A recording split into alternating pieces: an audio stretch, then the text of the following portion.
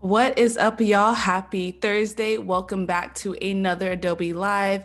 My name is Idar Ekpo. I am going to be your host for the day, and I am joined with fine art and fashion photographer Elena today again. So, Elena, how are you doing today on day 2? Hi, Dara. Hi, guys. I'm very happy to be joining you for another day of Photoshop tutorials. Yes. Yeah. Yesterday was so much fun. So if y'all missed the recap, the broadcast from yesterday, make sure you head over to YouTube and also Behance so that way you can watch that recap. And before we go ahead and get started, I want to give y'all some quick reminders to start your day with the Photoshop Creative Challenges hosted by Voodoo Val every weekday at 9 a.m. Pacific. You want to make sure that you tune in and challenge yourself with a new prompt each day. So I know I'm going to be tuning in, so I hope that y'all are. And then also, if you missed the Adobe font stream this morning, do not worry, that is okay. You can check out the replay on YouTube or Behance. And now, speaking of YouTube and Behance, if you are over on YouTube land or if you're over here on Behance, welcome, hello. Really excited to have y'all here with us. If you have any questions that you want to drop in the chat, let us know where you are joining from. I am calling from Phoenix, Arizona. Let us know in the chat. That way we can kind of engage and talk to y'all throughout the stream. Awesome. So Elena, if you can go ahead and introduce yourself again and just talk about yourself, your work, and what we'll be doing today. All right.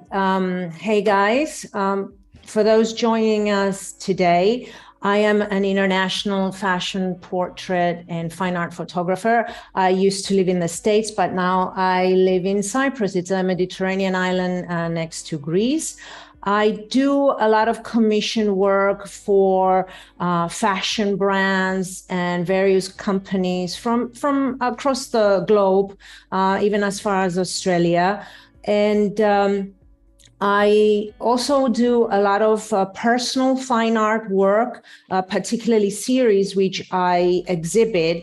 And I'm going to take you there now because today we will be talking about fine art series and what we need to do with that. And just take you through a few. This one is called The Last Days of Sarah, and it's about the struggle of the transgender population. And this series was won the 17th Pollux Awards and the New York Photography Awards 2021, and it will be exhibited in Barcelona, Spain in October at the Foto Nostrum Gallery after Helmut Newton and Stephen McCurry. Wow. So yeah, it's the same gallery. So I'm pretty excited about that. I do, a lot of my series have color. I love color. Mm-hmm. It's very conceptual. I start with a basic idea and I write it down like directing a movie almost, every scene, beginning, the end. Mm-hmm. And I also write down what kind of like color I'm going for, the color combinations, because they all have to have the same, they have to have uniformity. Yeah. This is stunning. Thank you. I love pastels. I love bright colors as well, but I love pastels especially. Now I'm just going to go into what we're going to do today. Mm-hmm. It's a series called Hindering Narcissus. And the series is actually debuted yesterday on Vault, which is a new digital art platform. So I am one of the 4 artists that they're launching this with, and a portion of the proceeds will be going to the World Food Program for Ukraine. Wow. So yeah, this is some fine art. Okay. And I think that's enough for now. Awesome. And I just want to start go into Photoshop because, we have a lot of work and my process, Dara knows from yesterday. I do take it slow because I do a lot of work for, I print big prints. My work often ends up, in billboards. So I want to get the minor details. So my process might take actually quite a bit of time. So let's jump into, I just brought in one image. I didn't bring all of them because the process will be the same for all of the images you just saw, right? Perfect. So I'm going to show you, this is the finished work, and I'm going to show you how we started. Wow. Yeah. First, the lighting. I just want to spend a minute on the lighting because it's important because it's how I conceptualized it. I wanted it to be very soft and be a little shadowy on one side, almost like, it was a window light if you were to have a window. Very soft, as you can see, was a large octabox that I used. And it was the exact same setup for all of the shots. And up here on the left, I used some V flats. I don't know what that is, right? Yes. Is it the V flats to bounce the light? All right. The first thing that I do, obviously, this is not a raw image anymore. It's a TIFF file. But I take the raw images into Camera Raw and I do very basic, light, universal changes to it. So in this case, all I did really, honestly, it was just the color balance. I brought it, I cooled it down and I introduced more cyan. That was it. Literally, I didn't need to do anything more. So as we go in, I'm actually going to go back into Camera Raw.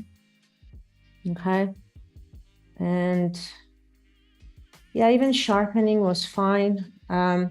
The only thing what I want to do, let me just move this away. I left this intentionally. You see the blanket, it has the color, some cyan got transferred into the whites, right? So I just want to quickly fix that with hue, saturation, and luminance. I'm clicking on the picker, right? And I'm in saturation. And I'm going here and I'm going to completely desaturate it. Of course, in doing so, I desaturated the background, but that's fine. And I'm going back into Photoshop. The good thing with this image is that it's very clean, right? Yeah. Background and the image, so it's very easy to cut. I have no problem with that. So what I'm going to do is take the quick selection tool and I'm just going to select the blanket, right?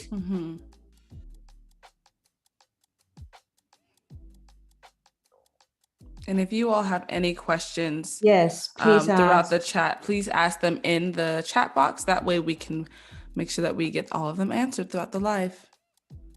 Oopsie.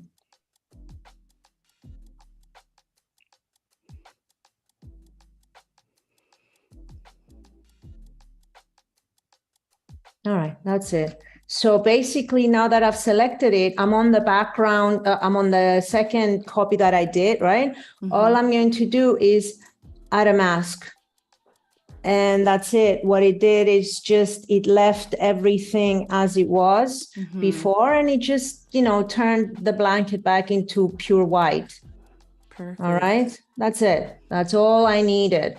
So all I'm going to do is Shift Option Command E to make a new background. I'm just going to delete that because I didn't do really anything, and I'm going to rename it background. Okay.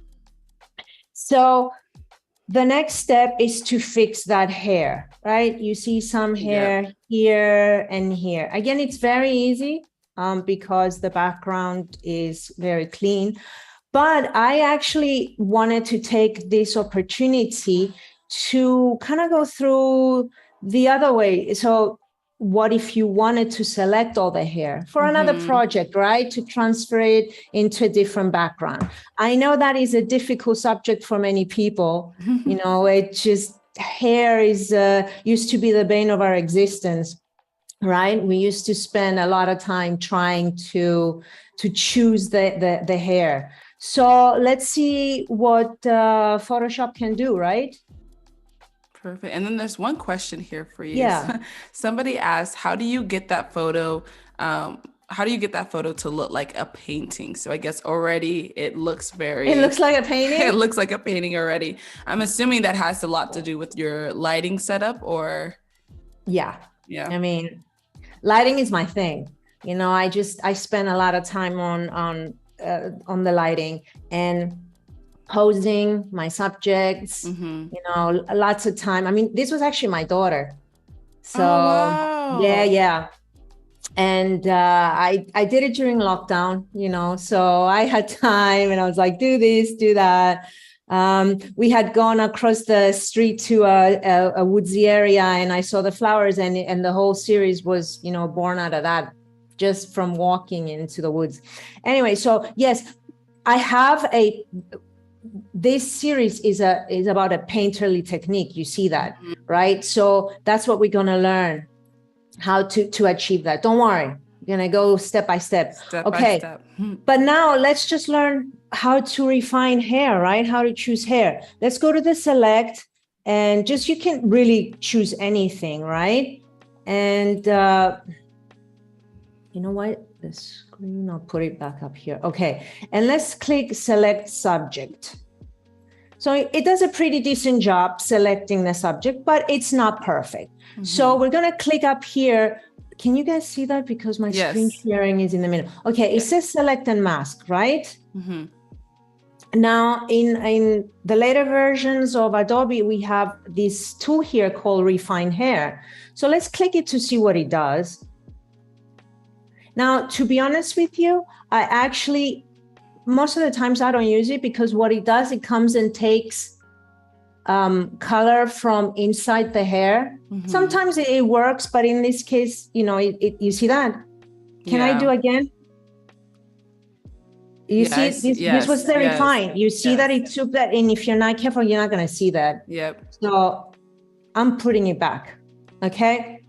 And what we're going to do is just, let's use the refine edge tool. I'm going to click on the smart radius, just put it up a little bit, and just around the edges, right? I'm just going to click, and, you know, Photoshop will just add the edges.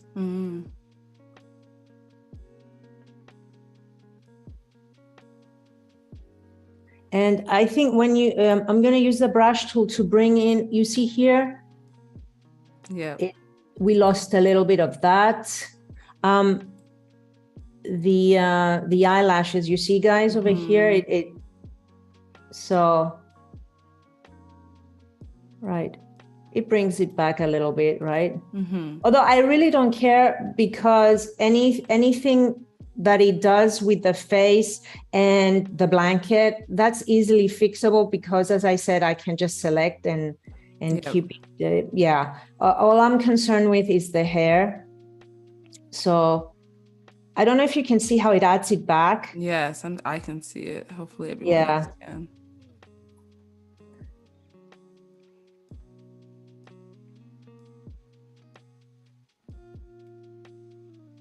I mean, it did a pretty good job here. So I'm pretty satisfied, right?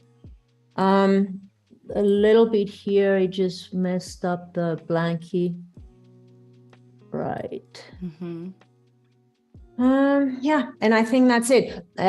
What we're gonna do here, let's go to output settings, right? Click on decontaminate colors and just pay attention around here now as I do this, right? You see that? Yep. What it does is it defringes the edges. Yeah. It puts back more color. So we're going to choose output to new layer with layer mask. And let's click OK. Obviously, our background here is the same, right? So you're not going to see anything. So what I'm going to do, I am going to go to the adjustment panel, choose solid color, and choose a really horrible color to put it against. So you can see, right? It did a pretty good job with selecting it, right? Yes, it did a really great job of that. Yeah. I have another tip though, in case, for your image, you didn't do a good job. Well, two tips actually. All right. So you see the layer mask here? Yes. I am going to press the Alt Option key and click into the mask, okay? And here you can see some of the very small imperfections. Mm-hmm. You see here how a little bit of the black was taken away? I have a very cool thing for you guys. Take the brush and instead of the mode to normal, switch it to overlay, okay? And make sure the color is white. What this does, it protects everything that's white. So here's what I'm gonna do, look. Oh, wow. It doesn't go outside. How cool is that? So you can fix anything, right? Look, and it just doesn't, it protects all the white. And at the same time, if you wanted to do the opposite, you switch it to black, right? And let's say you wanted to get rid of this fine hair, you see? But then it doesn't go into the white. Oh, wow. So this is a better tool when you want to refine your mask. So I'm just gonna go back to it. Okay. Well, what did I do? I went all the way back. All the way back. Jeez. All right. No harm done. And then there's another question of asking, and I think you explained this, but if you can explain it one more time, what lighting did you use for this photo? An octabox to the left of the model above. Guys, you can always see from the catch light, right? In the eyes. Always learn to not just notice the eyes, right? You see that here? So that means the light was placed somewhere here. And in the back, as I mentioned, I use V-flats. What are V-flats for those that don't know? It's like let's say 2 cardboard pieces. They're white. Okay. And we often use them when we want to reflect light back into the subject, but we don't want the source to be isolated. We want it to bounce pretty much everywhere to cover a large area. So that's what I used. Okay. So I have another tip here for the hair before we move on.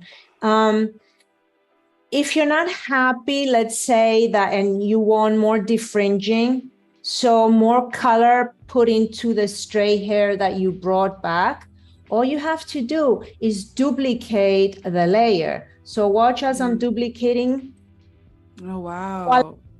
Voila. What happened? We filled it with more hair. Isn't that cool? No, wow. Yeah. So damn near perfect, man. Anyway, are we done with this? Because I want to move to what I did for this one. This was a little trick. So I'm going to just delete this, you guys, right? And I'm just going to show you right away how I just fixed the hair, right? It was easy. All you have to do is, and let's just see, I chose the subject, right?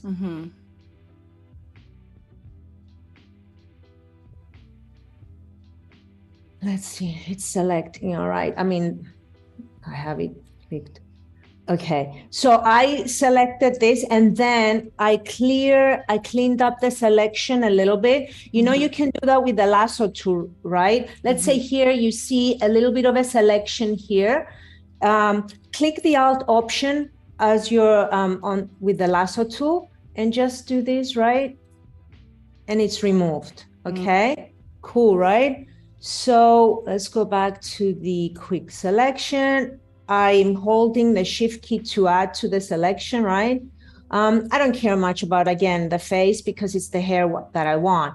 All I did, guys, was that I made the selection a little bit smoother, actually a lot smoother, around 40. Because I just, you know, I didn't want any hair at all. Yeah. So all I did, I clicked OK. And then Command-Shift-I inverts the selection, right? So now what is selected? My background.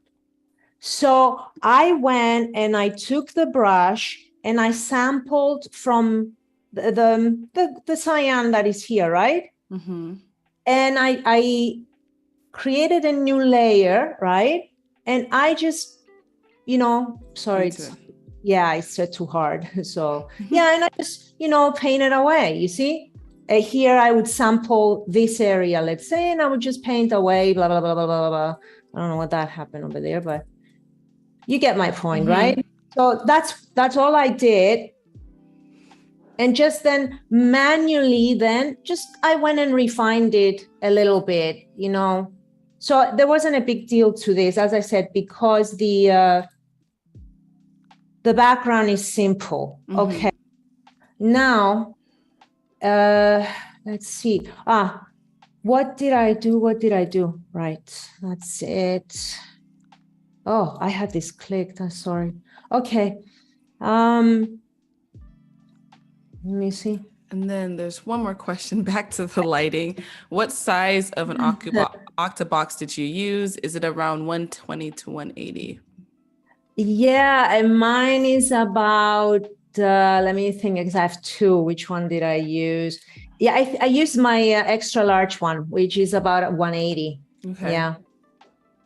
So, oh yeah, that's what I did. All right. Okay. Right. So let's fix the hair a little bit more. I don't like this area here. Right. And maybe I want to fix this area. So I created an empty layer. I took my clone tool. I'm happy people are asking about my light, which they liked the image to begin with, right? Yes. So it's not just about Photoshop, right? Okay.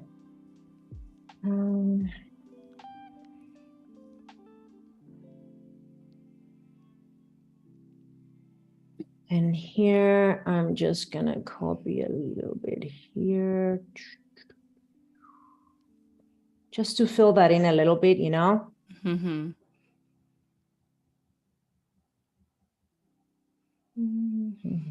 Not too much, because then she's gonna look like she's wearing a toupee. Right? Just enough. Just enough. I mean, we all have uneven hairlines, right?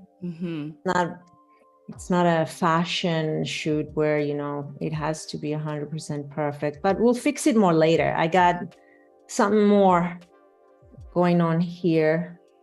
So yeah, I think that's about it. Okay. That was, yeah, actually this is what okay. Yeah. I revert back to what I did. I have it saved to what it was. Okay.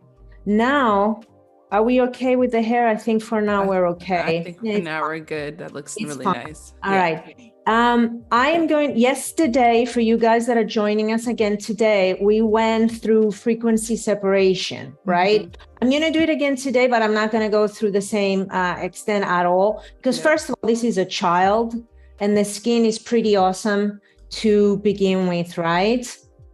But I'm going to use the frequency separation for the hair because I want, I don't, it is good sometimes to do that. I don't often, I have to say that, because when I do my fashion, it's not really for fashion shoots, but we're in fine art. So in art, we perfect everything, right? So I'm allowed to do that here.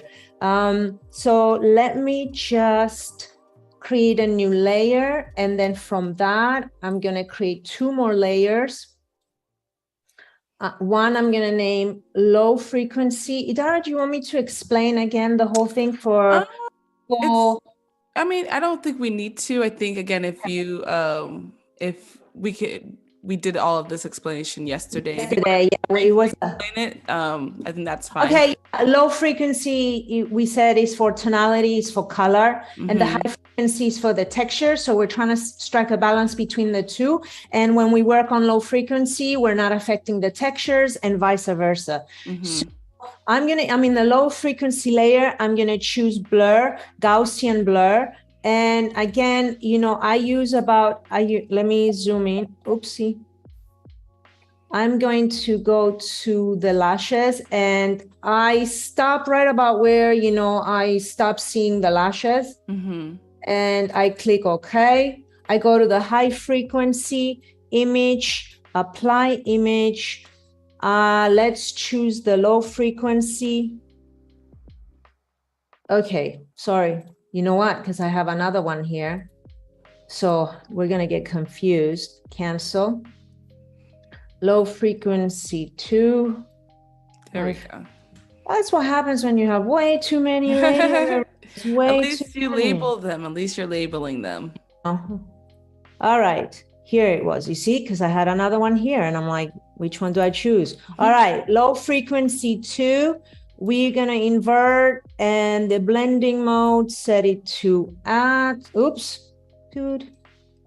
Hello, high frequency image, apply image, invert the low frequency 2, set it to add scale 2, opacity 100%, click OK. Let's choose linear light. And yesterday, remember, I mentioned that I create another layer, right, of high frequency for the sharpening. And I do saturation at 20. However, I want you to notice something, and I don't know if you can see that. Do you see that, Idara, that it created artifacts on the background? I can't really see it on my end. It did. It did. Let me zoom in. You see that? You see this and this differences in color? Okay, I see it now. I see it now. Okay, I'm going to group this so that you can see that. Okay, Command G. Look before, after. Do you see that? Yeah, I see that now. Okay, I mean, for me, it's not a big deal because I'm going to add a texture and I'm going to, put leaves and stuff on top of that. But that's no excuse for allowing, right? So what am I going to do? That's very easy because anything that I apply pertains just to the skin and the hair, right? So what do? I'm just going to go choose the subject, right?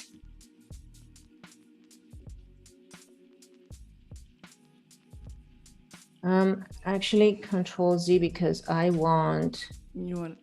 Yes, I wanted the which I deleted.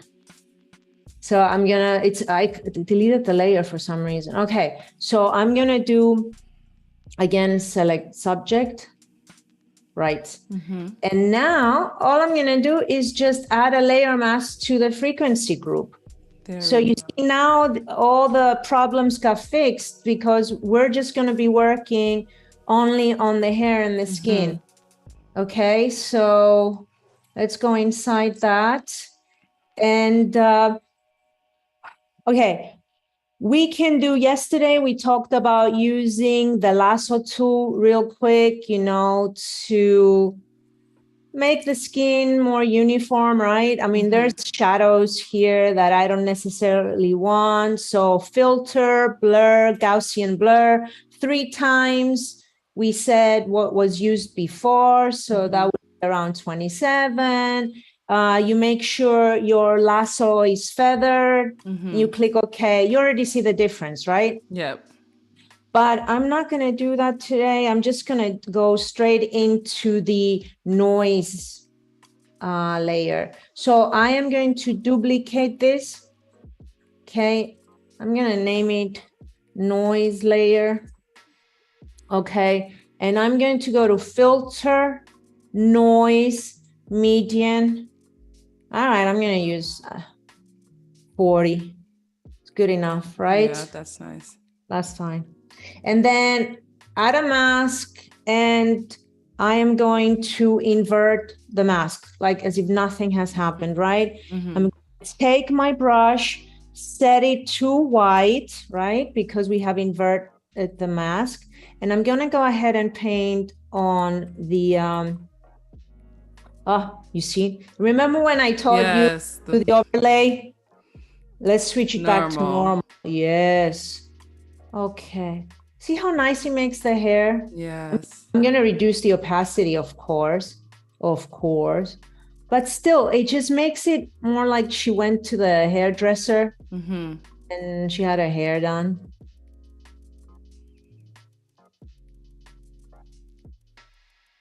Of course, as I'm doing that, again, we discussed it yesterday, is taking some of the highlights away, which is no problem. We'll add them during the dodge and burn process. Okay, and then I'm just going to work a little bit here to get rid of some of the shadows.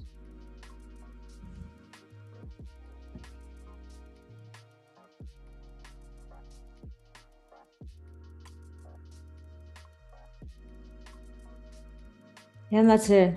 Okay, I mean, it's a child. I don't want to do yeah. Or you know what I mean? I'm going to do the shadows a little bit more in the,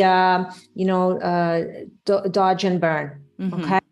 So here's the before on the hair, and this is the after. Wow, okay. Yeah. Okay. Now let's go to the high frequency layer, and I'm just going to zoom in for this one, because I did notice here she has a little line, and I'm just going to fix that. Spot healing tool, right? Voila. Okay. Yeah.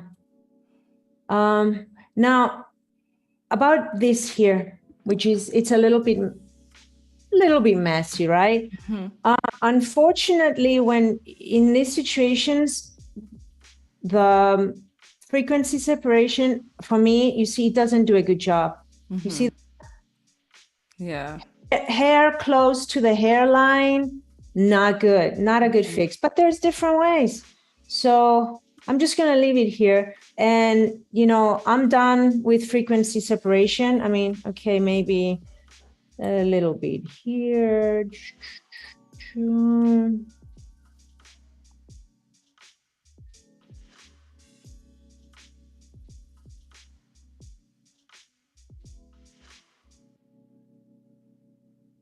Okay, few hair. This one, yeah, that one does okay with it. Maybe a few stray hair here, right? That's about it. I mean, that's it. I'm done. End of story. Okay, so that was before, and this was after. Yeah. Okay. Perfect. Yeah. So, let me see. I'm going to show you now how I usually deal with stray hair. Okay. Okay. I will do another layer on top of that. I'm going to delete the one before that. Okay. What I'm going to do is I'm going to take the lasso tool, right? And I'm just going to copy this entire area, right? And what I'm going to do is Command C, Command V. So I pasted it on a new layer, right? Yes. So here it is. And I'm just going to place it right here, right? It fits pretty well. Wow. Yep. And then let's have a mask. Just, oops, turn it to black. Right. All right. Okay. However, okay, I'm not 100% happy here. So let's fix it up a little bit at the edge over there. because we got to leave a little bit in. Mm-hmm. You know what I mean? It's like, I don't want it 100% perfect. Maybe put it back in.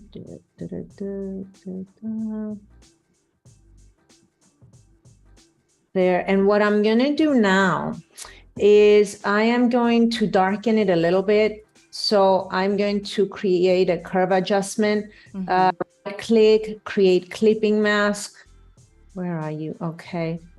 And I'm going to darken it. Don't worry about that. Again, invert the mask. God, this inverting is the most helpful thing ever. Isn't it? Honestly is. I mean, let me turn the, and just like darken it here because it makes it more natural, right? Yes. All right. I mean, that's it. I think it's pretty good, right? Yes, that's beautiful. Yeah. So before, after, that's pretty fine. It looks okay, right? Yes. I mean, I could just.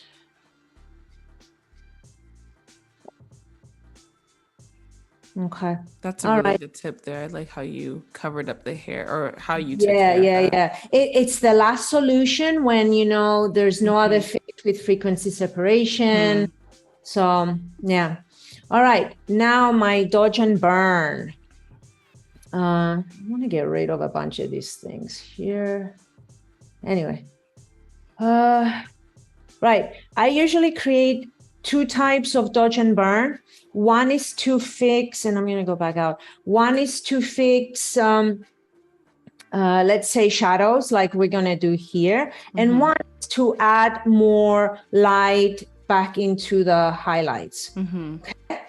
So let's just do that now. Oh, okay. Let's create a curve adjustment. By the way, you know, it's a little bit slow because I have so many programs running in the back. Because I want to show something later, and I have Lightroom open, and I have a media player because I'm going to show people something cool later. So, all right. So this is our dodge layer. Dodge, and then let's do the same.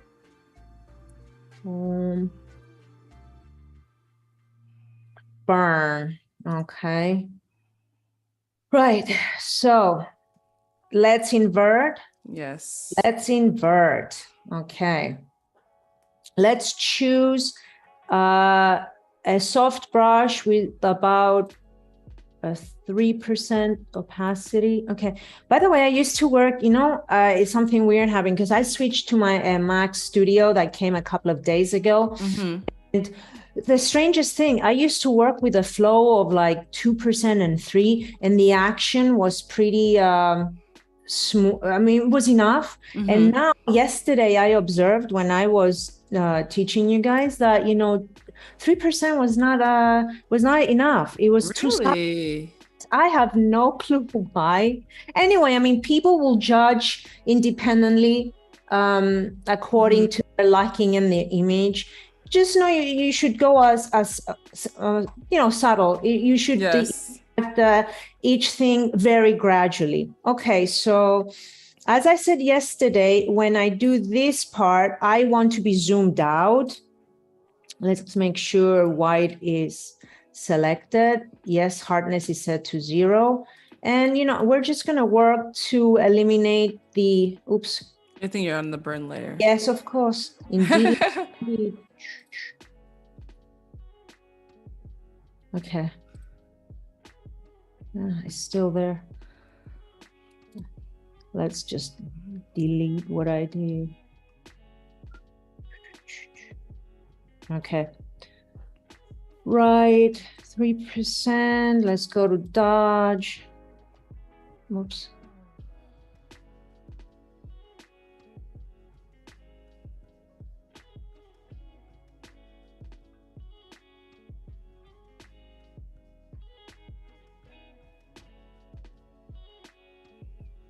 And we said yesterday, this is a very time-consuming process. Usually for the photographer and the editor. It's but it's one of those things that actually it's very, very important. Yeah, but I love how you can, again, it gives you a bit more control. It takes a bit of time, but the control that you have of your shadows and your highlights is really nice. Exactly. And go ahead. Oh, I was going to say there was another question, but I can ask it once you're finished discussing a little bit about that dodging and burning. Oh, is that something I can answer? It was a personal question of who is your favorite fine art photographer?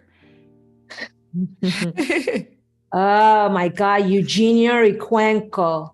Do you know him? No. Okay, well, I love a lot of photographers for different reasons, right? But when it comes to fine art, he's one of the best ever. Him and Erwin Olaf. You know Erwin Olaf? Oh, I said yes. Yeah, I mean, he's a legend, right? Eugenio Ricuenco is kind of on the same level. Of course, okay, he has a whole team, right? I suggest you look him up. You will be astounded by what he does. But he does have an art director, a junior art director, a couple of stylists, an assistant, a whole team that does the editing, right? So, you know, at this level, I don't know how much he does on his own. By the way, I switched to luminosity. I don't know if you can see the difference. Yeah. When you are doing dodging and burning, it's best to switch to luminosity because that way, if you bring up the shadows too much, you change color with it as well. Whereas if you have it switched to luminosity, you impact just that, the luminosity, right? And thank you, Sam, for adding Eugenio's website so everyone can go ahead and view his work. Yeah, I mean, it's so inspiring. Honestly, I just love him. And he does, he has a 365-day project every year where he does one image every day.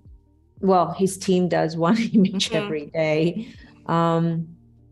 So yeah, I do all of the styling for my series, the concept, the props. I'm a control freak. No, seriously, even on photo shoots where, it's a paying job and I have a stylist and I have a makeup artist and I have all these people, I don't let them do a lot of things. Yeah. I don't know. I can't relinquish too much control. Another one that I like is Julia Fullerton. You know her, right? No, I actually don't either. No, I have a lot of learning to do. Julia Fullerton, Justine Jalings, she's a Belgian. What else can I think of? Paul Kurutz is my main guy, and Alexandra for commercial work, fashion and commercial work. Okay, so each of them has their own. You see, why did I improve? And I think as a photographer, as a photographer and as an editor, because I'm very open to learning from, I go and I visit these beautiful masters of photography, their work, and I get inspired and I see how careful their post-production was. Yeah. I used to spend in the beginning a lot of time in sites like, 500px and Viewbug, but those are, they're the wrong places, guys. Do not compare your work with those, the places. You should go to the websites of these, very accomplished artists, and you should stay there. Bring a bed and camp out. What you should do, because that's the only way you can improve. If you set your standards that high. Yeah. Not the standards of like because okay, I don't want to say something I shouldn't, but on 500px, I see a lot of overly done images. I mean, plastic, those Russian dolls, that kind of a thing. And the same kind of stereotypical stuff with the sunset, overly saturated images. And that's not, how it should be done. Okay. Yeah, that's fine for now. Let's do, actually the burn right now, I'm not gonna do much. I'm gonna just do another dodge layer for the highlights, right? So, and I'm gonna increase it a little bit more since we're talking about now, we're gonna go into the hair. I like to do that too, dodging the hair. Oh, I have so much. Is it pathetic to say that I have a lot of fun when I do this? I hate the dodging and burning for correction. But when it comes to dodging and burning to actually add texture, I love it. Yeah. It's just, this is where, creativity and being a good editor, it shows. That's where it shows. It's paying so much attention to that detail. Yes. The normal eye might not look out for. Exactly. And guys, look, I'm not doing this in a detailed way. I apologize for that, but I have so much material to cover and I need to teach you how to do LUT files and how to incorporate them into, Camera Raw and Photoshop, because after all, this lesson today is about series and how to harmonize them. So we have a lot to do. And the good thing is that I think you covered a lot of these techniques in a lot of detail yesterday. Well. Yeah. So if y'all have any questions or want to go into details about the dodging, the burning, the hair, whatever else, we did a lot of that yesterday, or excuse me, the frequency separation specifically. We did a lot of that yesterday. So you can tune back into YouTube with Behance to catch the replay. That way you can make sure you get all your tips. Yeah. I mean, as I said, how long did I take now? It's long enough. No, this is what is it now? Like 15 minutes, 20 minutes? There's no way on earth I would leave a fine art image, with 15 minutes of dodging and burning. It's like a sin. True. And you know what else I did? Yes, this is why I needed the burn. I'm like, yes, I need it for something. I went into this blanket, trust me, and I did burning. I went through every, you see the grooves here, and I just went, it was so difficult. It took me forever, but it adds so much more texture, right? Yeah. I mean, I'm not going to increase, obviously, the highlights because you see it's white. That's very white, yeah. A lot of the white. And I did it, I think, a little bit here in the background, but mainly it was to burn. Mm-hmm. So anyway, I'm going to leave that for now. And I'm actually going to take you to the finish thing. I think, they did. And then there's a question. Yes. Somebody asked, how do you go about, I think they said repro, but I'm wondering, reproducing a photo for large prints? Reproducing? What do you mean? Well, they said how to repro a photo for large prints. Okay. Well, first of all, you start with a raw file, right? Mm-hmm. And you just don't downsize it. You do not make it smaller. What I do right now, this one, after we're done, right, I will tell you my process. Mm-hmm. So I will let it rest, as we said yesterday, and I will do the final sort of color balancing, all of that stuff. Once I'm happy, I am going to flatten the image and save this as a TIFF, okay? Always, of course, Adobe RGB. Okay, I use Profoto, but Anyway, Adobe RGB is fine enough, right? Mm-hmm. And do not, mess with the sharpening. Don't do anything. Don't do anything. Okay. Now that is going to be your image that you will use to resize. This is why you don't sharpen that. Okay. It's a mistake to sharpen the TIFF as if, somebody was viewing it on the computer, because then when you go to resize it to a JPEG, let's say a 2000 pixel wide or 1200, and you put even more sharpening, it's just going to look horrible. So you keep it as a TIFF, unsharpened, and from there, I resize and I sharpen the JPEG. And you know how I actually sharpen the JPEGs? I don't use the automatic. When you go to the JPEG, it says save as and bicubic, automatic. I don't use that. I actually go back into camera raw. Oh, wow. Really? Yes. More control. It's all about whatever gives you more control. Because let's say, guys, that I have, I don't usually like to over sharpen hair.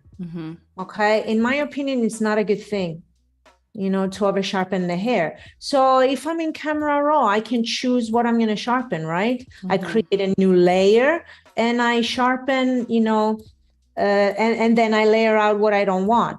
So that answers the question about the 72 DPI. That's a JPEG that goes, on our website, all that good stuff, Instagram. So I have the TIFF that is unsharpened. If a client wants to buy that and, I send it to the printer, right? Because I'm the one printing the images. I will sharpen a second TIFF, and I will rename that, image for printing, let's say, the fallen for printing, and that will have sharpening. And again, the size, remains the original resolution, which with my camera is about 7.5 pixels on the longest side. And when I send it to the printer, I send it with a note, do not make adjustments, right? Because your local printer or whoever you use, they have their own machines that are, calibrated in a different way.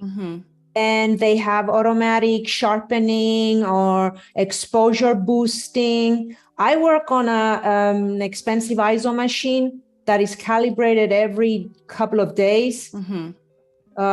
Because I am fully aware of the issues that come with printing, because I'm a photographer who prints their work. Yep.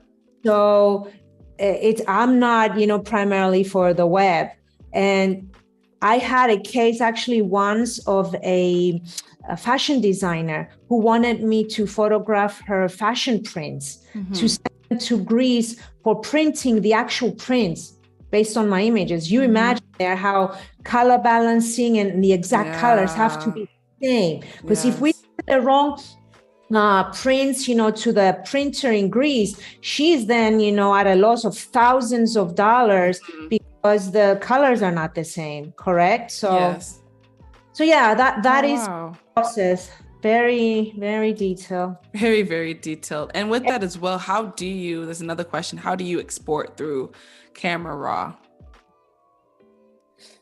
What do you mean? So when you said you were going back in and you were doing the resharpening and having the control camera, how are you exporting at that point? I guess is the question. No, you click OK and you go back into Photoshop.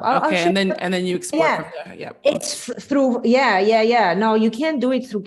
You could do it through Camera Raw, but I bring it into Photoshop just in case I need something else. And all right. Am I ready to show the before and after here? Right? Oh, wow. And I like that detail back into the blanket. The blanket. I didn't do too much. I think, let me see what the original was. No, that's not the original. Anyway, okay. No, here's the dodge and burn. Sorry. Boo. Yeah. Yeah. Okay, there. That's the finished one. You see, there's a lot You of see a on lot that of the detail. blanket. Yeah, a lot of the Cool, detail in the cool. blanket. That, see that? Come on. All right. And that goes back to the comment of a person who asked about painterly. This is, when you add texture like that, that's a very painterly technique. Okay. Okay. Going back to the series. So far, what I've done was specific to this image, right? From now and onwards, the stuff that I'm going to be doing is in a folder called series adjustments, because these are the adjustments that I'm going to copy to the other images of the series. Okay, so I will take the entire folder, like I have it here, and copy Command C, Command V, and I will bring it into another image. Usually what I do, I actually create LUT files. But this fine art series was it had a lot of selections, right? It wasn't about universal changes. All right, let me change the color balance, selective colors. No, it was like, let's do the changes in the face. Let's do changes in the hair. So I couldn't do that. So I had to just import the files that you see here, just basically delete their specific layer mask and make a new layer mask for the other image, right? But anyway, let's go to do some hair coloring, okay? Because, okay, the image needs color. If you remember the final one, right? Yes. Add a color. So there's a couple of ways to do that. People maybe are more familiar with colorizing, right? So, I mean, we can work with that. Let's do select subject again, okay? And I am going to take the quick selection, Alt Option for the minus to deselect the blanket and the face, right?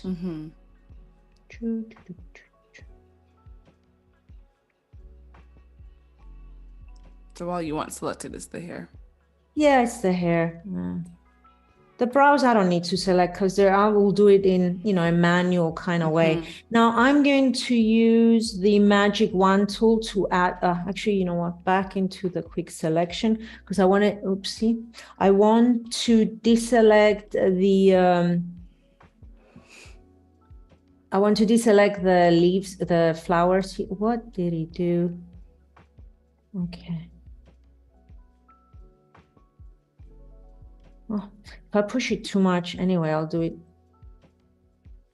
Anyway, let's leave it where it is. I am going to go into the magic wand. I have it at a tolerance of 10, low tolerance, so it doesn't add much of the face. And with the shift being held, I'm going to add this area here. Right? Yeah. And for now, it's good enough. I mean, we'll come and refine it, right? So let's go to the adjustment layers and select a hue saturation. Hello. Okay. There we are. And let's go into the master, hit the colorize. What an amazing color. Oh. Horrendous. And let's take it to where I want to take it. It's about here. Saturation. I mean, you can always adjust it, right? I prefer to maybe, I mean, I'm definitely not going to overdo it, but even if you do, you just reduce the opacity, right? So right about here. Yep, that's good enough, right? And let's switch to color because I don't want to affect the luminosity. Yeah, okay. Because, it might make it brighter. So color, okay. Now we are going to go closer. What did it do? What the heck? I had not. I think the flower might have, yeah, it was selected. Okay. Dang it, I'm gonna do it again. Sorry guys, let's go back. I'm just gonna do it this time like this. Okay. Any questions while I'm doing this, since, you know, I've already explained? And no questions at the moment, but if y'all have any questions, whether you're on YouTube or Behance, please drop them so that way we can ask them. And then I think this is also a good point, just to, once we figure out the hair color, we can do a quick recap in case anyone joined the live since we started an hour ago. An hour already has passed? It's Holy moly. An hour has, we just hit an hour. No way. We are about 30 minutes away from our artist spotlight. So y'all can see there, we got the little countdown that came up. So we'll be doing our artist spotlight in about 30 minutes. All right, I'm gonna move fast. Shoot.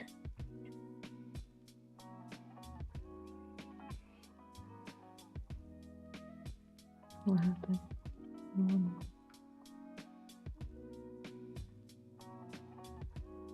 What just happened now? What happened? It's not changing the... No. That is strange, isn't it? Anyway, select, reselect.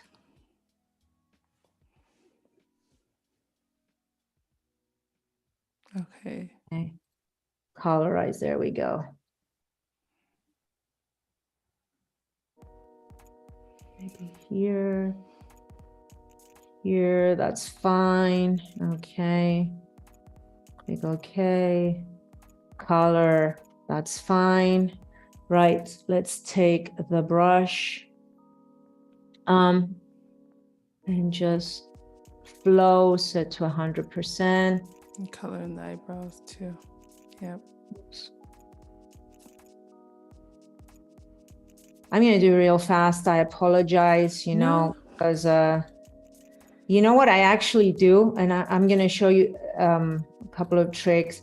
Other than the fact that I actually zoom in all the way, set this to about 4, and actually hair like this. I did this. This is in my final product. You know, the image is with like a brush of the size of 4 and 6.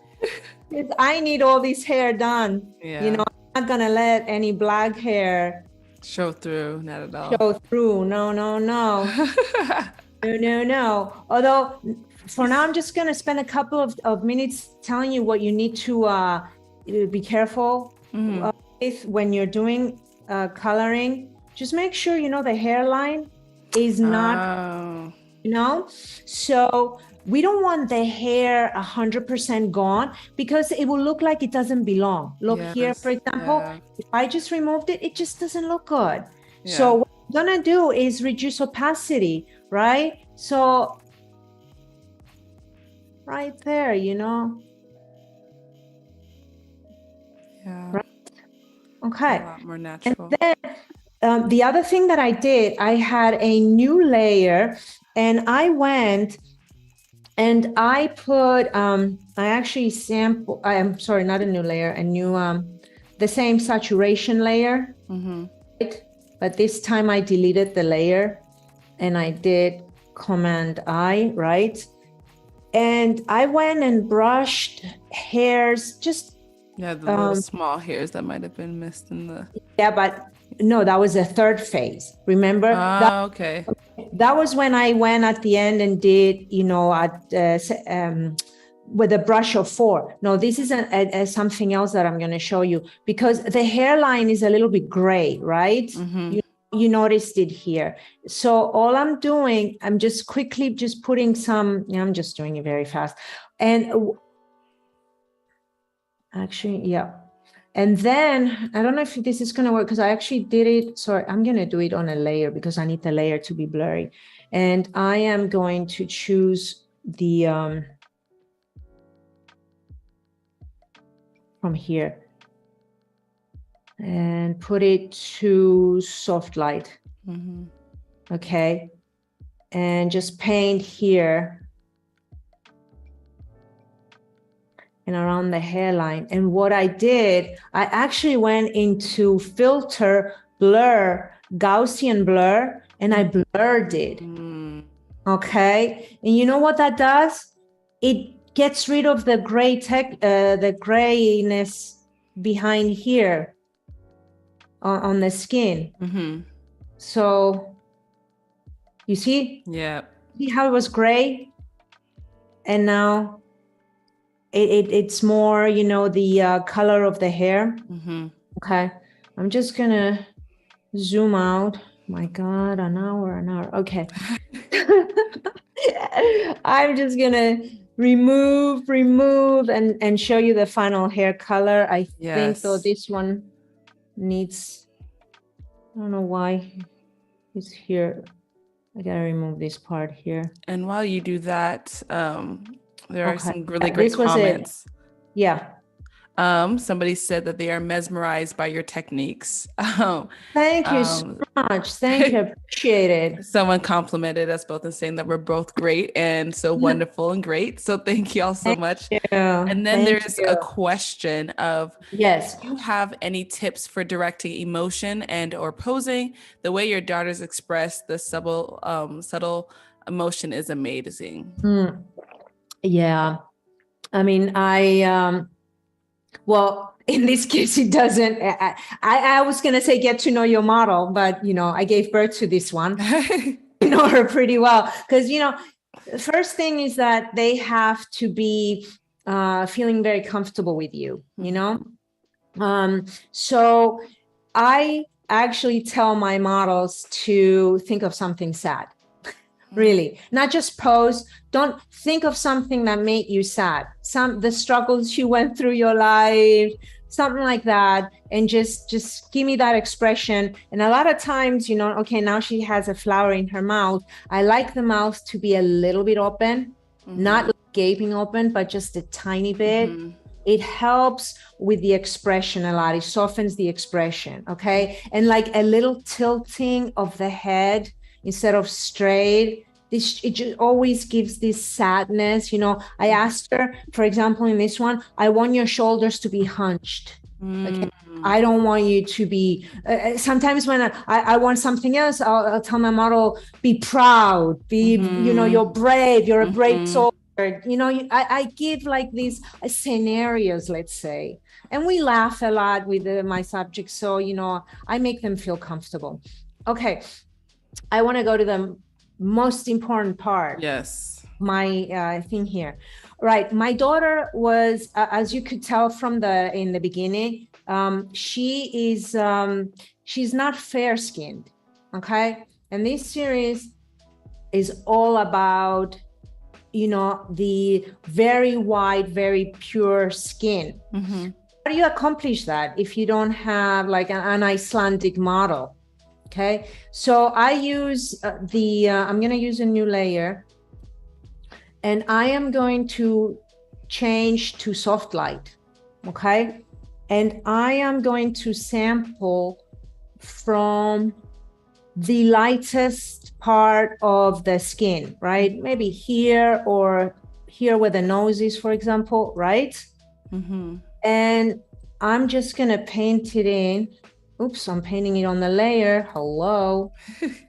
So this is called phase whitening. Right? So we're going to paint. Okay, obviously I'm going to make a selection so I don't go outside, right? Outside into the background. Hello. So there we go. Let's do that. I mean, the hair I can always fix, but it's fine for now. I'm going to overdo it.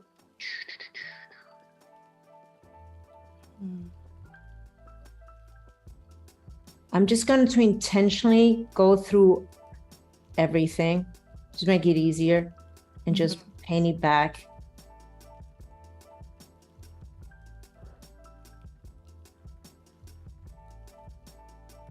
And of course, I did it to the blanket. Yeah. See, this I actually use this technique, and I'm going to tell you a little secret. When you actually Okay, this is a great tip. When you underexposed a subject, right? And there's more shadow than you would want to. The best way, instead of messing up your image by boosting exposure with curves, take the soft light technique.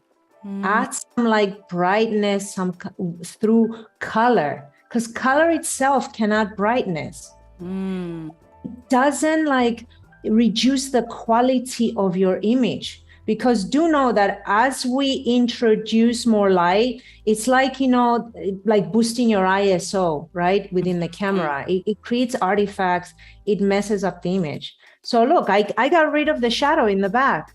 How great is that, right? Oh, wow. Look. Yeah, you did. And you see every detail, and there's no artifacts, no nothing. Look. All that detail is still there. Yeah. I'm not fooling around. No. No, that's a really great tip, because like you mentioned before, if you increase the exposure, you would have lost all of that. Guys, I gave you an amazing tip. Come on. This is one of the most important tips.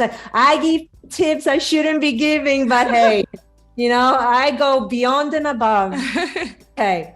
So let's actually, I'm going to remove some of it. Obviously, we don't want it from the eyes, right? And from here and here. Dun, dun, dun, dun. And here.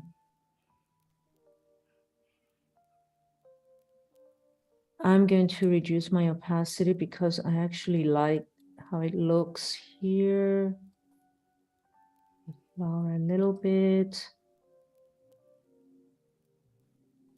Okay, so how does it look? Wow. Right? There's an additional step actually if you want to go one more, because I think this is even wider. You see that? Yeah. Yeah, okay. Check this out. This is crazy. Crazy stuff I'm teaching you. Okay. All the secret tips. Yes, you're going to become like me. I'm going to become obsolete then. All right. Curves, clip it. All right. Put a dot in the middle and go nuts with it. Oh, wow. Okay. Let me see. Let me hold it. Let me hold it. Come on, girl. Let me hold. Okay. Got it. Whoa. Come on. Come on. Wow. What is that? What is that? Is that nice or what? It's such a good tip for more whitening. Yes, but again, because it increased the luminosity. I'm actually, this is luminosity, actually. So, and you can, of course, you know, we're going to reduce it. The opacity.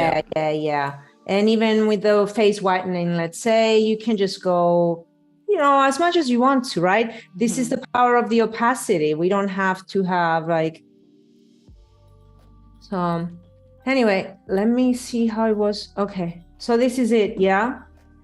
All right. What I'm going to do now is add a little contrast to my subject. So I'm going to introduce a curves adjustment layer. Let's see, remember yesterday what I taught you? Alt Option Auto.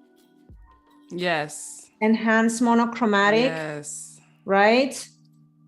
You see? But I only want it with the subject, right? Now do I have a selection of the subject so I don't do that every time? Maybe I don't. So let's do this again. I keep deleting the layer. I'm using it to just, you know, I'm using it to just select. Make the selection. Yeah, make the selection. Because the subject gets updated. So you need to use the latest updated version. Yes. So, you know, delete the mask on that, put a mask, boom, and it's only on the layer. See? So now she's more, it's like three-dimensional, right? She pops so much more from the background. So that's that. Okay, I brought a texture. I'm going to show you. Oh, wow. It was normal. Yeah, this is the texture. And you said you shoot all yes, your textures. Yes, Yep. an old wall. So, I have, and I like that it's, this color, because we use this color in fine art, this like sepia tone. So, yes. So how do you go about shooting your textures? Are you just like while you're walking around outside, you see something, you shoot it? Do you always have your camera on? Like, are you intentionally going out and looking? No, because I'm not a street photographer or anything. This actually, a lot of them when I go on vacation, it's a good tip. If you're going on vacation and you're just walking around, I'm not just going to shoot everything. I actually shoot a lot of textures for my work, That's beautiful. Yeah. So soft light, what I'm going to do here, I'm going to delete that. We want it only obviously for the background, right? Now, remember when I added contrast, I had the subject selected. So here's a cool trick. Go to add mask to selection and it will reselect it, right? And then click Command Shift I, and now the opposite is selected. So I will click into texture, make a mask, and it's on the background. Wow. And I'm going to reduce the opacity to about 45. And now I'm going to bring my leaves that I shot. Again, let's see, normal. Okay. Those were eucalyptus trees that I shot. In every image, I don't know if we can go back quickly to the series. It's the same image, it's the same eucalyptus tree, but I inverted, I used the transform tool and I inverted, and then I just rotated them a little bit so that, they look like they're different, they look different in each shot. Here. So yeah, I didn't want to have the same position every time. That's why I said this series is a little bit more difficult. So it's not just universal adjustments that you go to the next image and you apply, right? Yes. So, okay. And this one, I use multiply, because what happens with multiply, it makes everything darker, right? And I wanted that moodiness, because the whole goal is for my subject to shine through. She's this pure child, I wanted just her face and a little bit of the blanket to shine through. So I selected the subject again, right? So it wouldn't be in the background. The multiply effect wouldn't be applied on the face, but I applied it onto the blanket, because if I just selected, I'm going to do it one more time. I'm going to delete that, right? If I had selected, let's say add selection and did this, it looks fake. Yeah. You know what I mean? That's just a background and I just put her in the background.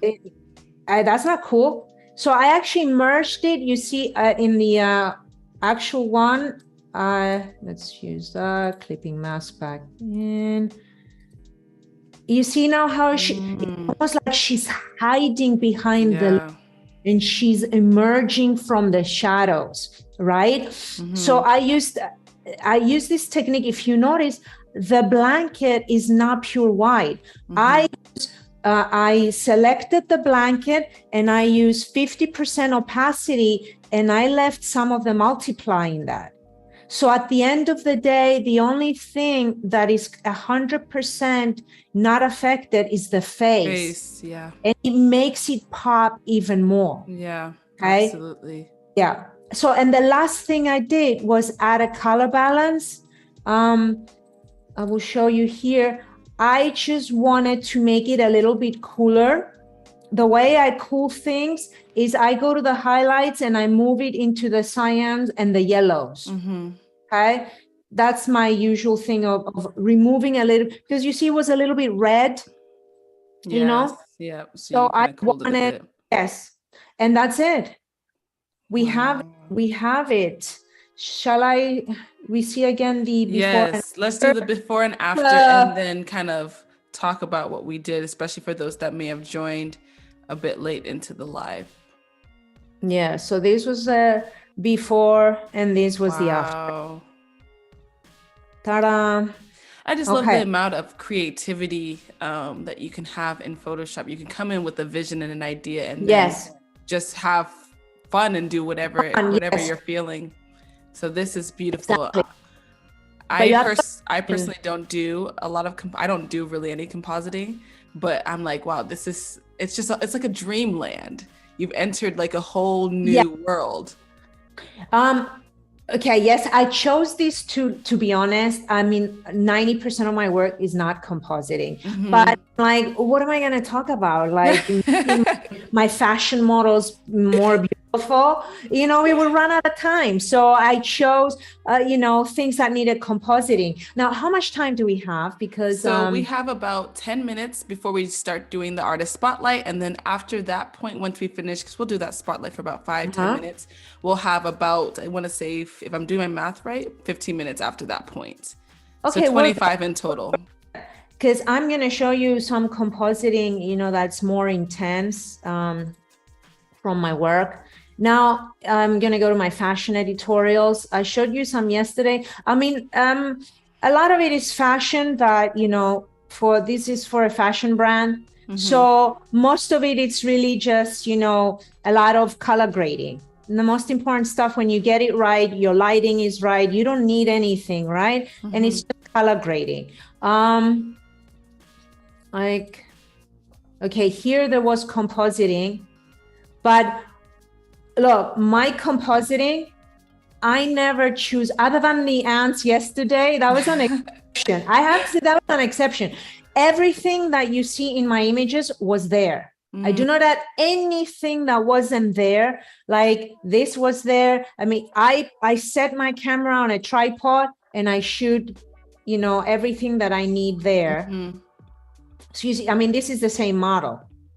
Wow.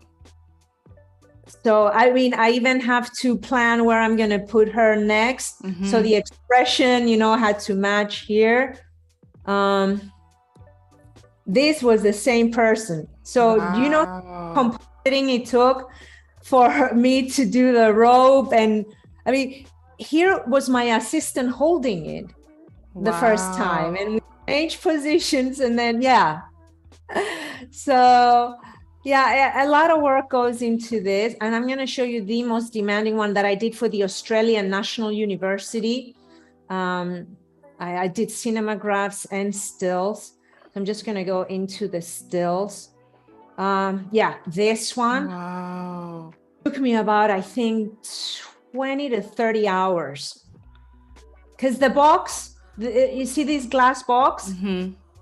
It wasn't this big, obviously. I had them make me just a small glass box.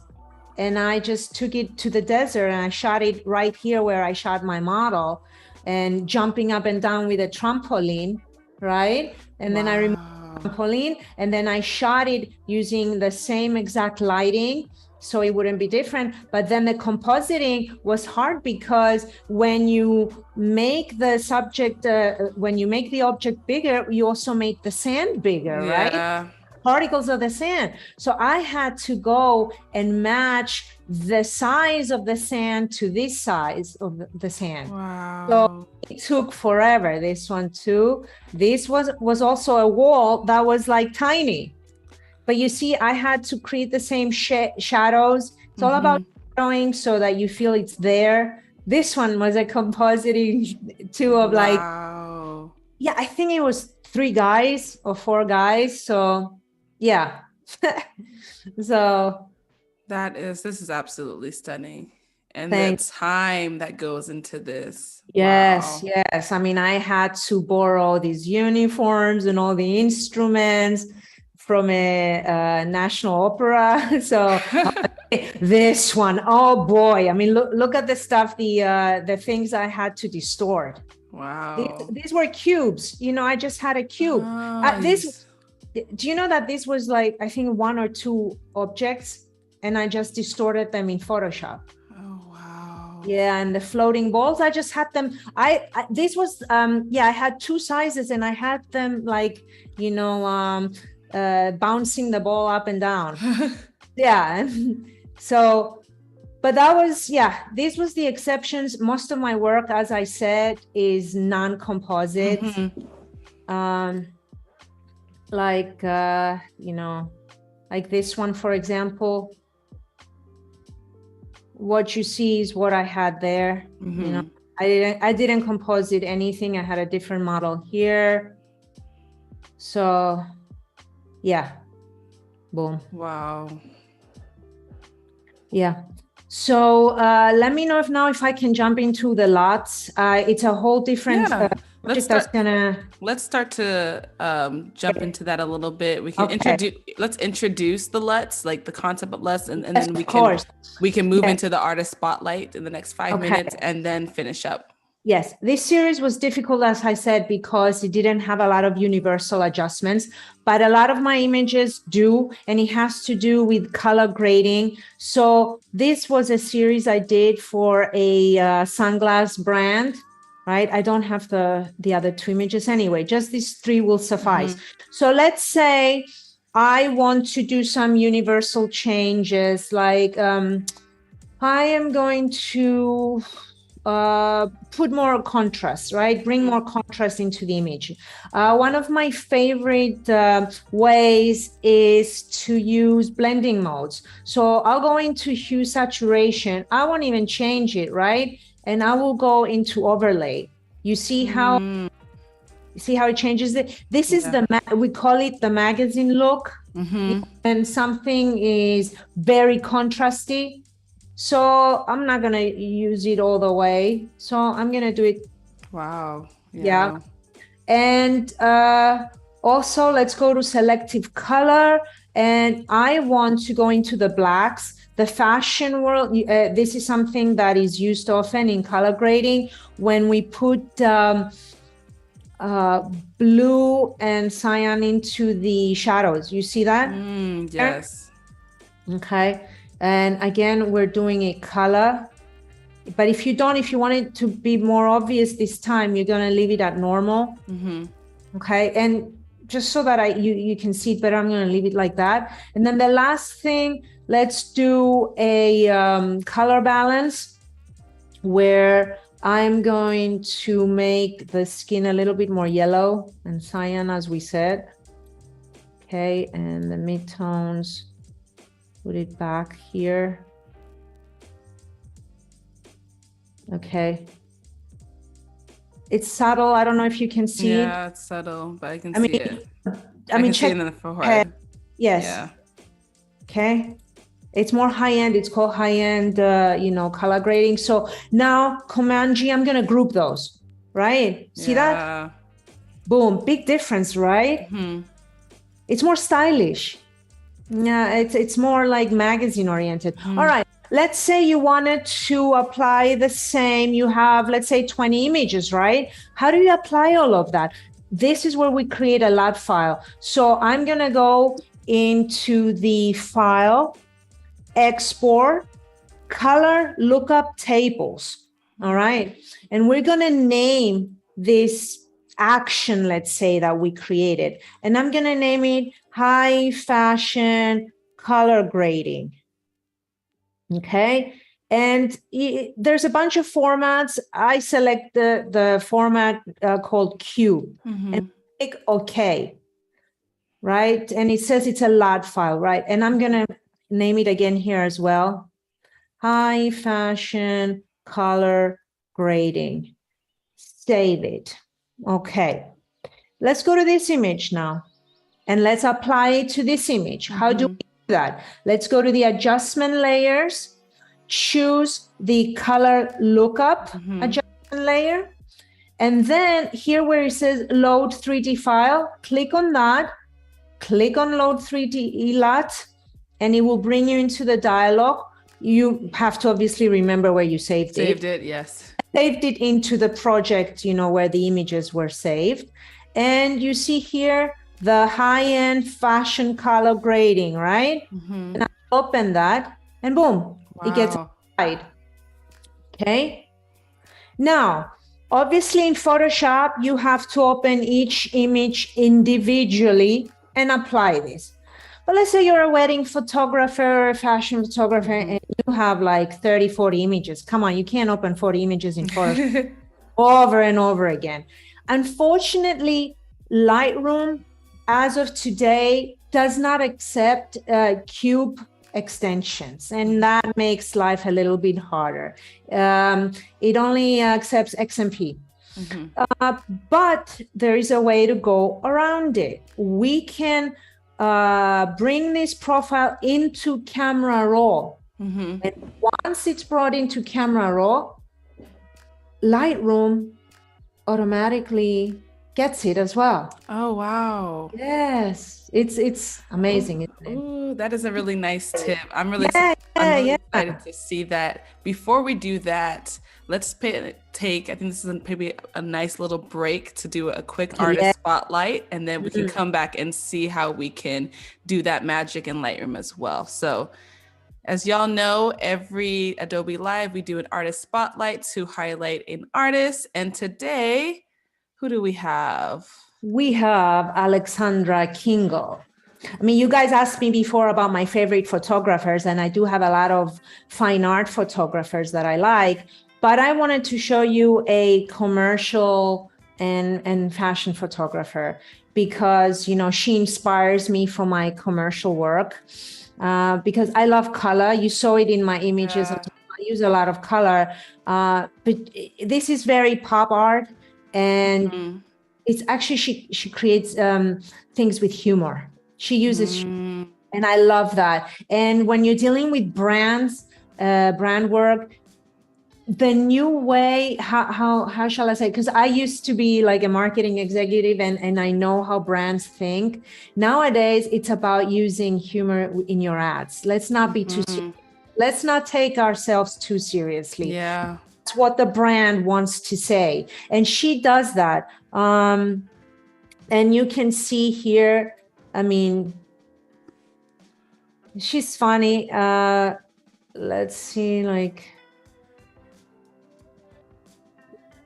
I mean, I love her. Let's see.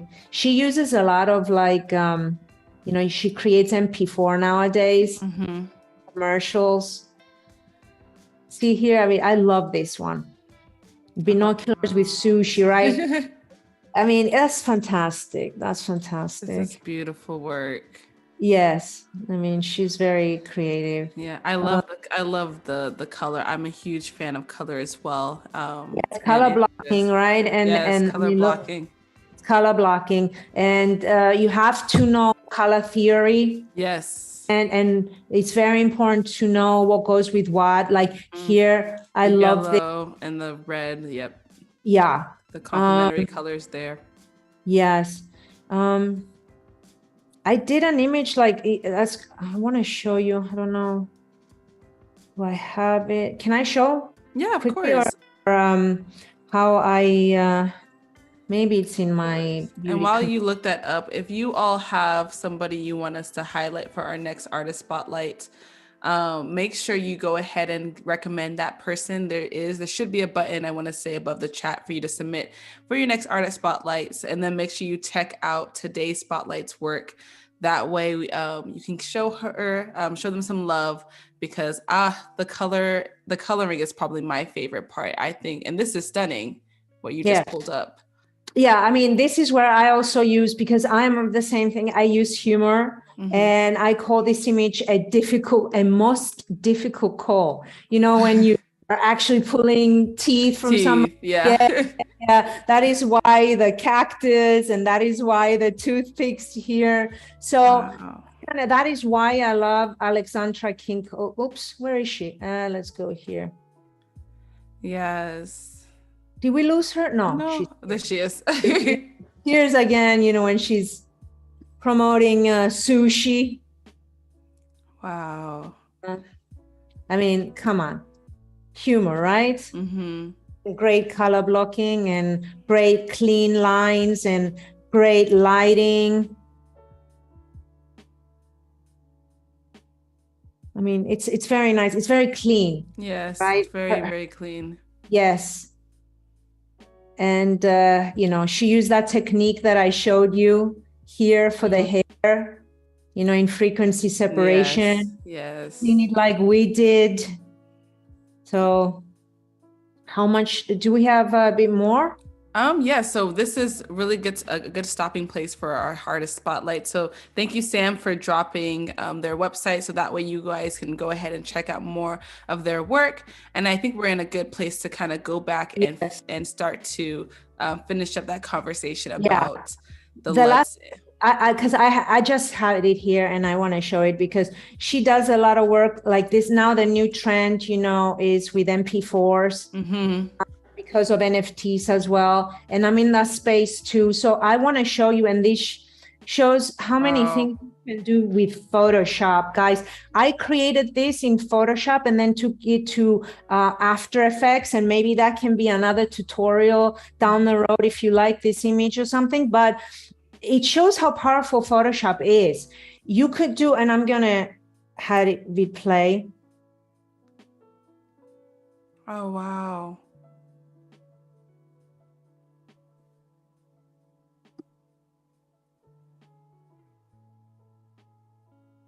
Check this out. There wasn't a face before there, right? No, there was. Wow. Yes. I mean, it took me, it was I think it was the most time consuming thing I ever did. Now, all of that, I didn't borrow anything. I shot in studio, right? I put zippers on everything. And you can do this in Photoshop with the timeline, using the timeline, okay, and the rotations. The only thing that you needed in After Effects was the zooming in and out of the camera and just the zipper closing here. So, yeah, that's the things we can do in Photoshop, guys. Many, many things. Okay, let me move this. Where were we? We had just finished, you had talked about how you can create a LUT in Photoshop, but then you wanted to talk about how you can transform it so it can import it into Lightroom. Yes. So what we can do is actually go into filter, camera raw filter, okay? You see here these little two circles? Okay, I'm gonna press that. And it takes you into the presets that Camera Raw already has. In order to create one, come over here where this paper is, and it says create preset. Right? If I just click it, you're not going to be able to do anything other than what Camera Raw offers you. So the basic adjustments, the curves, the details, and import the LUT file as it is here. So this is a neat trick, right? Keep it up here, press the Alt option. What do you notice now? It's completely different, right? Yeah, yes. And now you can click into the color lookup. And now I'm going to go to where I saved it. And I didn't click it. No, click it. Hello. Okay. You see? Why isn't it taking it? You see that now it accepts it. Yes, it accepts it, but it's not. Yes, maybe I do high fashion color grading.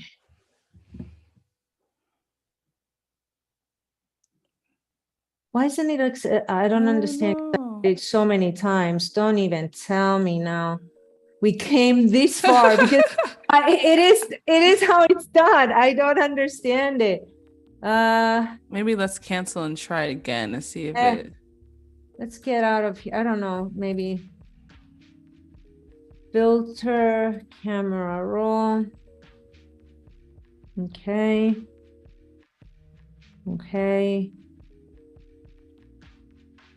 This is the strangest thing, and it's embarrassing because this is how you do it.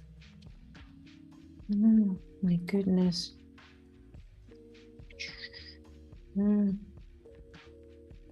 There we go. Jesus. Okay. Sweating. Okay. Load. Thank you. Yes. High fashion color grading. Okay. You know what I was doing, right? You know what I was doing wrong? Oh, well, you.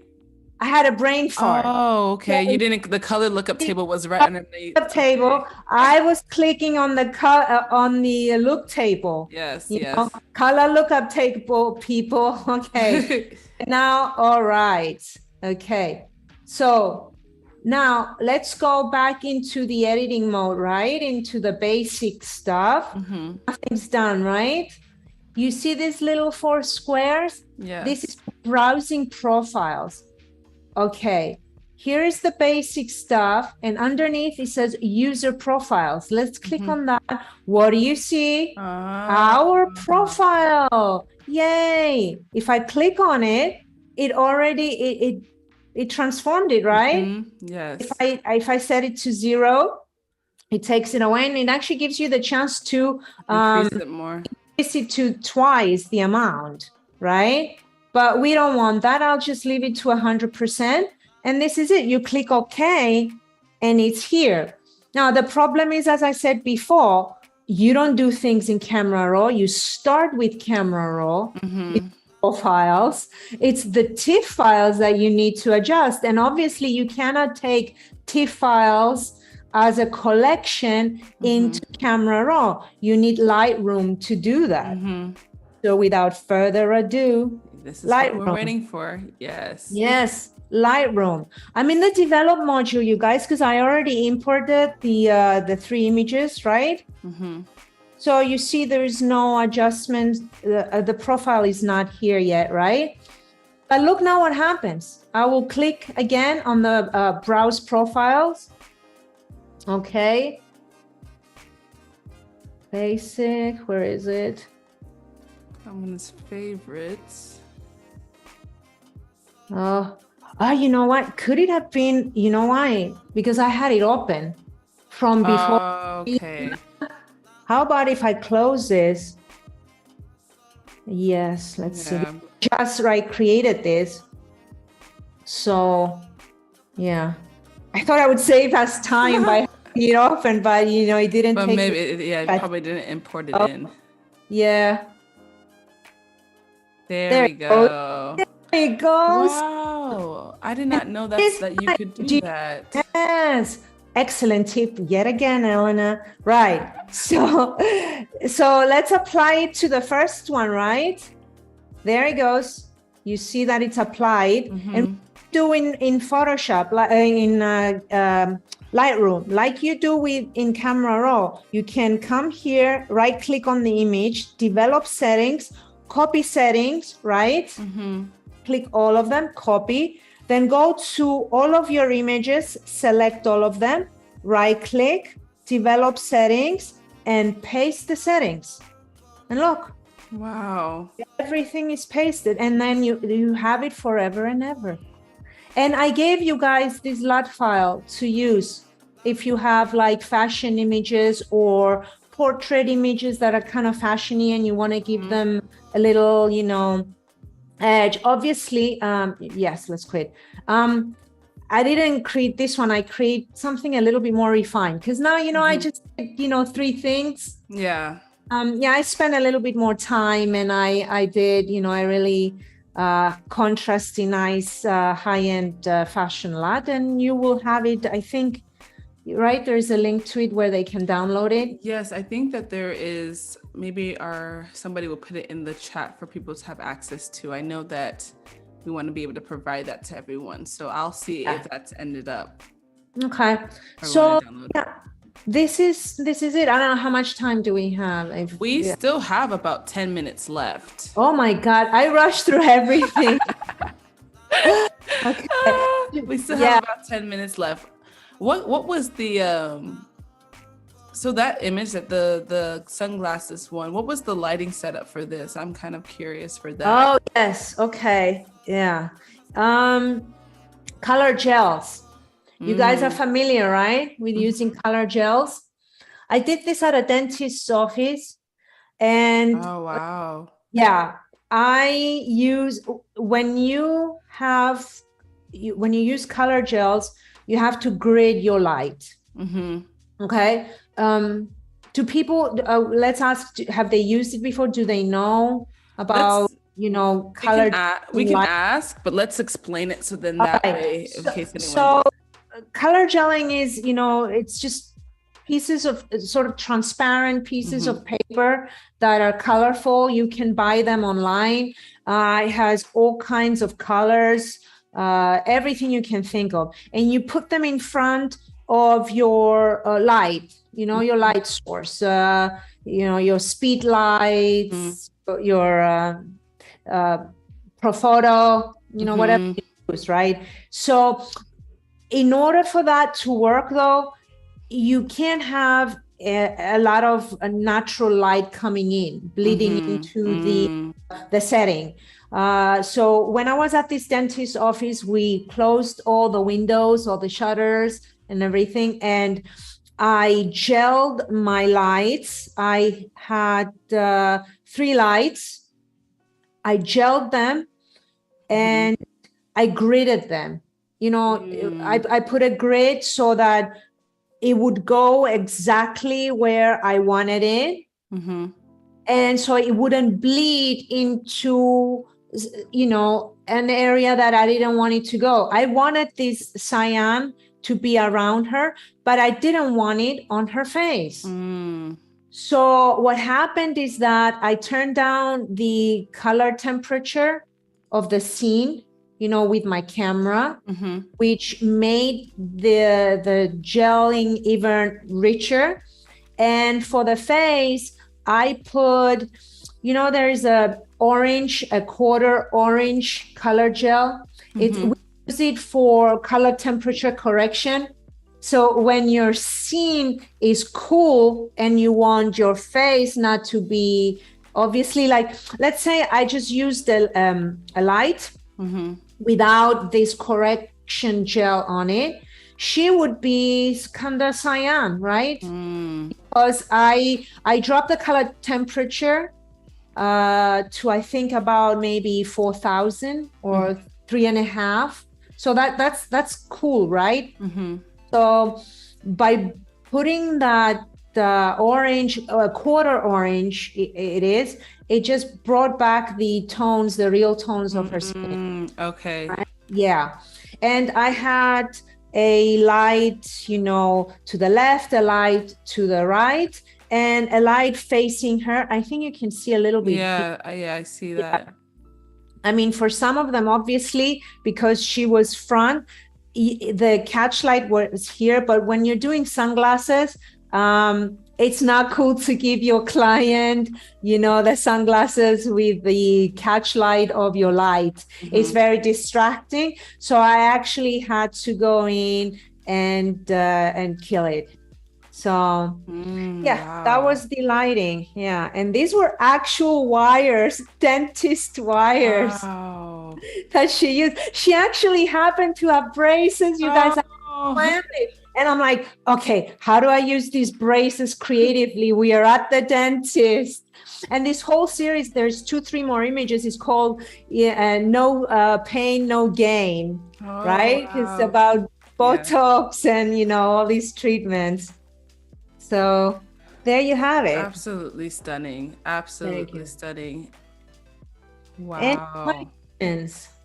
Yes, let's see. Do you all have any questions that you want to drop in the chat? Someone did say that you make it so easy to understand, which I agree. Thank you. You've done a really amazing job in both lives to just be able to break things down.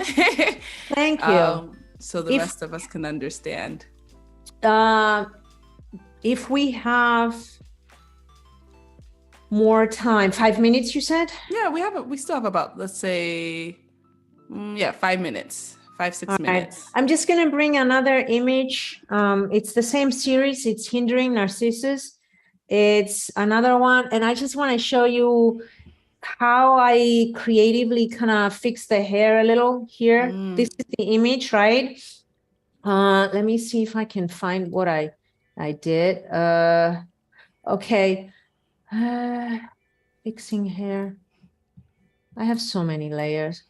I mean, I wasn't planning this, you guys. Yes. It's just, I'm just trying to see what I did. Okay, let's assume for the sake, it doesn't matter. I'm going to show you something, right? Assume this hairline was messy, which it was messy, and I fixed it, but I can't find now. You see? Yes. How it was before and how it was after. That was the last image. My daughter was getting annoyed and it was like moving around and she didn't care. So I couldn't have time to fix her hair. So you see how everything was here like this? Messy? Yes. Okay. I'm going to show you something. So create, let's say, a new layer, right? And what I do, I go and use this elliptical marquee tool. And let's say this was the hairline, right? And I wanted to bring it down here a little. So I take the clone tool, right? And I clone it in here. And you see, when you have the marquee tool, Command D, hold on, we're not done. But you see how it smoothed it, right? And whereas if we're trying to do it manually, it would look fake. Like, let's see now, let's do this and do the same thing. Let's say I choose this. Look. Yeah. I mean, I would first have to set it at a hard line, and then we're humans. I mean, what is this? Horrible. Okay. So I did this, but okay, it's still a little bit fake. Remember what I taught you guys yesterday when we were doing the ants about shadowing? Yes. Creating shadow. Let's double click and go into the layer style, baby, and drop a shadow. Wow. Right? Okay. So, normal. Yeah, this is it. I can do, something is like, I don't know why it's doing a shadow here, but it wasn't doing it before. Anyway, the whole point is to show you that that's what I used to do the hair. I actually created a shadow underneath, like right here, for example, you see? So you see without it?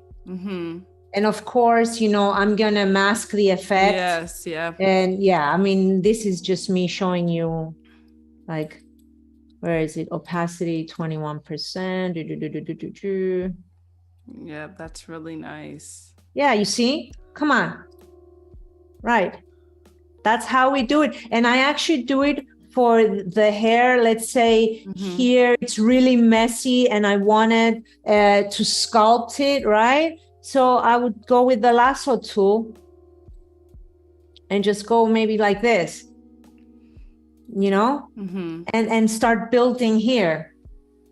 So that's a good technique to know for the hair. How did you learn this technique? It seems like a lot of it's my own. It's it's a lot of it's experimentation. Can I say something? I haven't watched many, tutorials. It's just me playing, being fascinated with Photoshop and knowing that in Photoshop you can do anything. Yeah. Therefore, I'm like, there's got to be a way, and I'm gonna find it. I'm gonna figure it out. Plus also, before going to college and stuff, I used to be a painter, right? So I did painting, and I am very intuitive when it comes to shadowing and these things, how to make things more realistic. When you paint, that's what you do. So I have an idea what I want to do beforehand. So yeah, it always helps. So that you guys. And yeah, that was it to here. So that is so beautiful. Let's see if anyone has any last minute questions before we wrap up. Please let us know. And Elena, thank you so much for just showing us. And I think for me, I've learned a lot. Like there's a lot that I'm going to go back. I think the biggest things for me, I love the drop shadow tips. I think that was something that wasn't aware of before. What you just showed us, how fixing hair and things of that nature and making it more realistic. That was beautiful. And then I think it's really, really big for me to learn how to, I do a lot of my editing in Photoshop. I used to use Lightroom back, when I started. I still utilize it now, but I do a lot of my editing in Photoshop. But sometimes when I have batch photos, I'm like, I don't want to do each individual color grading when it's going to be similar. So that tip about creating the LUT. And how did you learn? Was it just experimenting again, or did you? No, that one I had to actually look it up because I knew how to do it in Camera Raw, but I didn't know that it could be transferred to Lightroom. So when I got Photoshop 2022, I kind of Googled in Photoshop 2022, how can I put cube files in love it. Lightroom, right? Yes. And it kind of showed a different sort of technique that was more involved. And I'm like, I tried a couple of things. And then with the out, did you notice with the out option, if you have that press, like I showed you with the overlay in the mask, kind of reveals new things. Yeah. Oh, so that's great. Use that. Option. We definitely should learn to use that more often. I am going to definitely be playing around for sure. And the other thing that I taught you guys that I think was pretty cool was that soft light technique of making the skin really pearly. Right? Yes. So make sure you guys watch the replay of this live. And we also had Sam that dropped the clickable link to your LUT as well. That way everyone can go ahead and download that link as well, or download the LUT, excuse me. So we actually are at our time, Elena. So thank you so much for being with us today and for helping us and just teaching us so much and all of the detail that you went through. Make sure that you guys stick around for the Illustrator Creative Challenges with Claudia from Print My Soul, immediately followed by day 2 of Branding with Liz Mosley. So thank y'all so much. I can't wait to see y'all next time. Elena, thank you so much again for your time. You're very welcome. Thank you. Bye, everyone. Bye, guys.